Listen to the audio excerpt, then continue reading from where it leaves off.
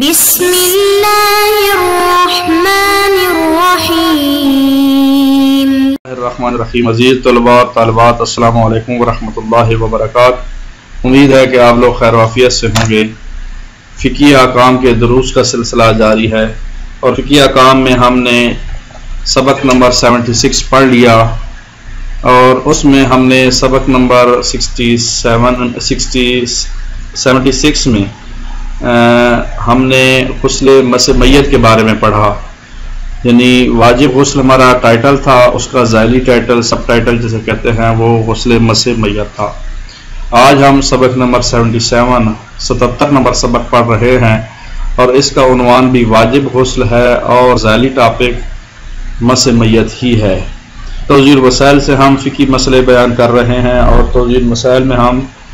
516 number مسئلہ، 517، 518، 519، 520 اس طرح ہم مسئلے بیان کریں گے۔ تو آئیں بسم اللہ شروع کرتے ہیں۔ مسئلہ نمبر 516، اس کا عنوان واجب غسل اور ذیلی عنوان مس میت۔ کیونکہ ہم واجب غسل پڑھ رہے ہیں تو واجب غسل میں ہم نے غسل جنابت، غسل حیض، غسل استحاضہ، غسل نفاس پڑھ لیا اور آج کے اس درس میں غسل مس میت کے مسئلے کچھ پڑھیں گے۔ اگر کسی زندہ شخص کے بدن سے یا کسی ایسے مردے کے بدن سے جسے غسل نہ دیا گیا ہو ایک حصہ جدا ہو جائے اور اس سے پہلے کہ جدا ہونے والے حصے کو غسل دیا جائے کوئی شخص اسے مس کر لے، اگرچہ اس حصے میں ہڈی ہو یا غسل مس میت کرنا ضروری نہیں ہے، لیکن اگر میت ٹکڑے ٹکڑے ہو گئی ہو اور کوئی شخص اس کے تمام حصوں یا اکثر حصوں کو مس کرے تو غسل واجب ہے۔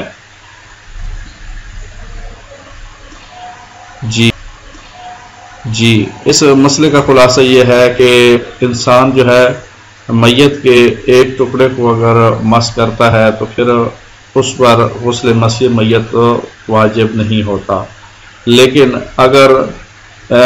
میت کے کافی سارے ٹکڑے ہوتے ہیں، ٹکڑے میت ہوتا ہے تو بہت سارے ٹکڑوں کو اگر وہ مس کرتا ہے تو پھر غسل مس میت واجب ہو جاتا ہے۔ مسئلہ نمبر 517، واجب غسل اس کا ٹائٹل ہے، ذیلی ٹائٹل جو ہے غسل مس میت ہے۔ ایک ایسی ہڈی کے مس کرنے سے جسے غسل نہ دیا گیا ہو، خواہ وہ مردے کے بدن سے جدا ہوئی ہو یا زندہ شخص کے بدن سے، غسل واجب نہیں ہے۔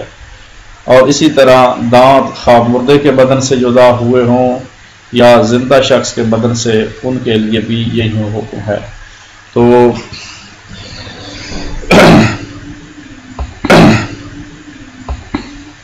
دوبارہ اس کو پڑھ لیتے ہیں کہ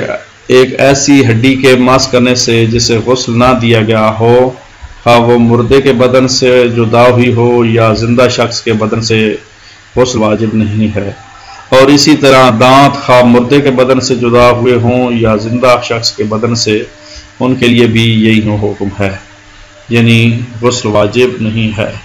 تو اس کا خلاصہ یہ ہے کہ ہڈی کے مس کرنے سے غسل واجب نہیں ہوتا،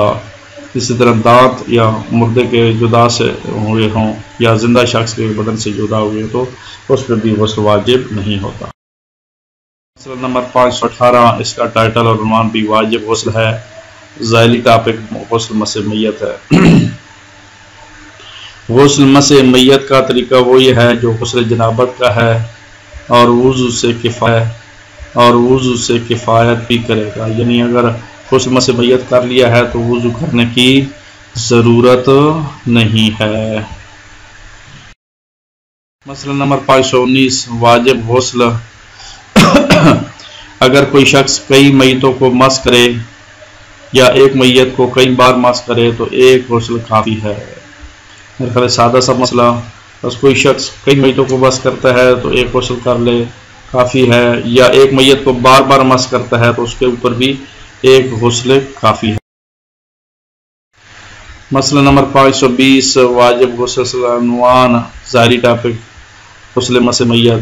جس شخص نے میت کو مس کرنے کے بعد غسل نہ کیا ہو اس کے لیے مسجد میں ٹھہرنا بیوی سے جمع کرنا، ان آیات کا پڑھنا جن میں سجدہ واجب ہے، ممنوع نہیں ہے۔ یہ ذہن میں رہے کہ مجرم کے جو احکام ہیں یا مستحاضہ یا حیض خاتون کے ہم نے جو پیچھے احکام بیان کیے ہیں، ان احکام کو یہاں لاگو نہیں کریں گے کہ غسل میت والے کو بھی یہ چیزیں حرام ہے یا ممنوع ہے، لیکن نماز اور ان جیسی عبادات کے لیے غسل کرنا ضروری ہے۔ نماز قرآن کو مس کرنے کے لیے جو ہے وہ غسل کرنا ضروری ہے۔ مسئلہ نمبر 521، اس کا ٹائٹل عنوان واجب غسل ہے۔ جو مومن محتضر ہو یعنی جان کنی کی حالت میں ہو، خواہ مرد ہو یا عورت، بڑا ہو یا چھوٹا، اس سے احتیاط کی بنا پر بصورت امکان پشت کے بل یوں لٹایا جائے کہ اس کے پاؤں کے تلوے قبلہ رخ ہوں۔ یہ حالت احضار کے احکام کو بیان کیا جا رہا ہے، یعنی جب جان نکل رہی ہوتی ہے تو اس وقت احتیاط کی بنا پر میت کو اس کے پاؤں کے تلوے قبلہ رخ کی ہوں تو پھر اس طرح لٹایا جائے، اور پشت یعنی سیدھا جو ہے وہ لٹایا جائے۔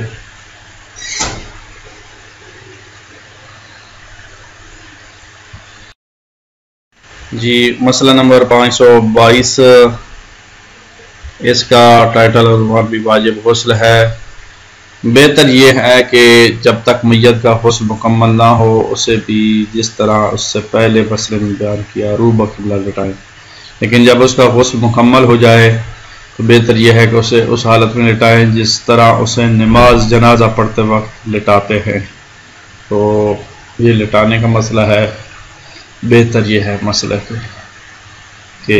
جب تک میت کا غسل مکمل نہ ہو اسے بھی اسی طرح لٹائیں، یعنی پاؤں جو ہے روبہ قبلہ ہوں، اور جب غسل مکمل ہو جائے تو بہتر ہے کہ اسے اس طرح رہے جس طرح نماز جنازہ کے، یعنی جو ہے وہ سیدھا پشت نیچے ہو اور اوپر کی طرف ہو، اور اگر بندہ کھڑا ہو خانہ کعبہ کی طرف منہ کر کے تو دائیں سائڈ پہ اس کا چہرہ آئے اور بائیں سائڈ پہ اس کی ٹانگیں ہوں۔ جی یہ تو تھا مسئلہ نمبر 522۔ مسئلہ نمبر 523، جو شخص جان کنی کی حالت میں ہو اسے احتیاط کی بنا پر روح بقبلہ لٹانا ہر مسلمان پر واجب ہے، لہذا وہ شخص جو جان کنی کی حالت میں ہے راضی ہو اور قاصر بھی نہ ہو تو اس کام کے لیے اس کے ولی کی اجازت لینا ضروری نہیں ہے۔ اس کے علاوہ کسی دوسرے صورت میں اس کے ولی سے اجازت لینا احتیاط لازم کی بنا پر ضروری ہے۔ تو یہ مسئلہ مبتلا بے ہے، ہمیں سمجھ لینا چاہیے کہ جو شخص جان کنی کی حالت میں ہو اسے احتیاط کی بنا پر روح بقبلہ لٹانا ہر مسلمان پر واجب ہے، یہ واجب ہے روح بقبلہ۔ لہذا وہ شخص جو جان کنی کی حالت میں ہے راضی ہو اور قاصر بھی نہ ہو تو اس کام کے لیے اس کے ولی کی اجازت لینا ضروری نہیں ہے۔ اس کے علاوہ کسی دوسری صورت میں اس کے ولی کی اجازت لینا احتیاط لازم کی بنا پر ضروری ہے۔ جی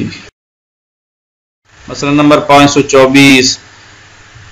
مستحب ہے کہ جو شخص جان کنی سے مراد حالت نزاع، جب موت آ رہی ہوتی ہے، موت کا ذائقہ چکھ رہا ہوتا ہے، جان نکل رہی ہوتی ہے، روح قبض ہو رہی ہوتی ہے، یہ جان کنی کی حالت میں ہو، اس کے سامنے شہادتین یعنی بسم اللہ الرحمن الرحیم لا الہ الا اللہ محمد رسول اللہ، یہ پڑھنا شہادتین، اور 12 اماموں کے نام کا اقرار، یعنی پہلا امام حضرت علی علیہ السلام، دوسرا امام حضرت امام حسن علیہ السلام، تیسرے امام حسین علیہ السلام، چوتھے امام زین العابدین علیہ السلام، پانچویں امام محمد باقر علیہ السلام، چھٹے امام جعفر صادق علیہ السلام، ساتویں امام موسیٰ کاظم علیہ السلام، آٹھویں امام علی رضا علیہ السلام، نویں امام محمد تقی علیہ السلام، 10ویں امام علی نقی علیہ السلام، 11ویں امام حسن عسکری علیہ السلام، اور 12ویں امام مہدی آخر الزمان اجل اللہ تعالی فرج و شریف، ان کا اقرار لینا، اور دوسرے تمام دینی عقائد حق کا اس طرح دہرائے جائیں وہ سمجھ لے اس کی موت کے وقت تک ان چیزوں کی تکرار کرنا بھی مستحب ہے۔ مثلا اللہ لا الہ الا اللہ وحدہ لا شریک، لا الہ الا اللہ محمد رسول اللہ علی ولی اللہ۔ اچھا، اس طرح کے قیامت برحق ہے، موت برحق ہے، اللہ کی طرف سے پیغمبر برحق ہیں، دین برحق ہے، قیامت برحق ہے، یہ اس کے طرف سے دستور قرآن برحق ہے، یہ چیزیں دہرانا چاہیے۔ جی تو 525 نمبر مسئلہ، اس کا عنوان بھی واجب غسل ہے اور ذیلی عنوان جو ہے وہ غسل مس میت ہے۔ تو مستحب ہے جو شخص جانکنی کی حالت میں ہو اسے ذیل دعا اس طرح سنائی جائے کہ سمجھ لے اللہم اغفر لی الکثیرا مما اسیکا واقبل من الیسیرا من طاعتک یا من یقبل الیسیر ویعفو عن الکثیر قبل من الیسیر واعفو عنی الکثیر انکا انت العفو الغفور اللہم ارحمنی فانکا رحیم۔ تو یہ دعا جو ہے وہ جانکنی کی حالت میں پڑھنی چاہیے۔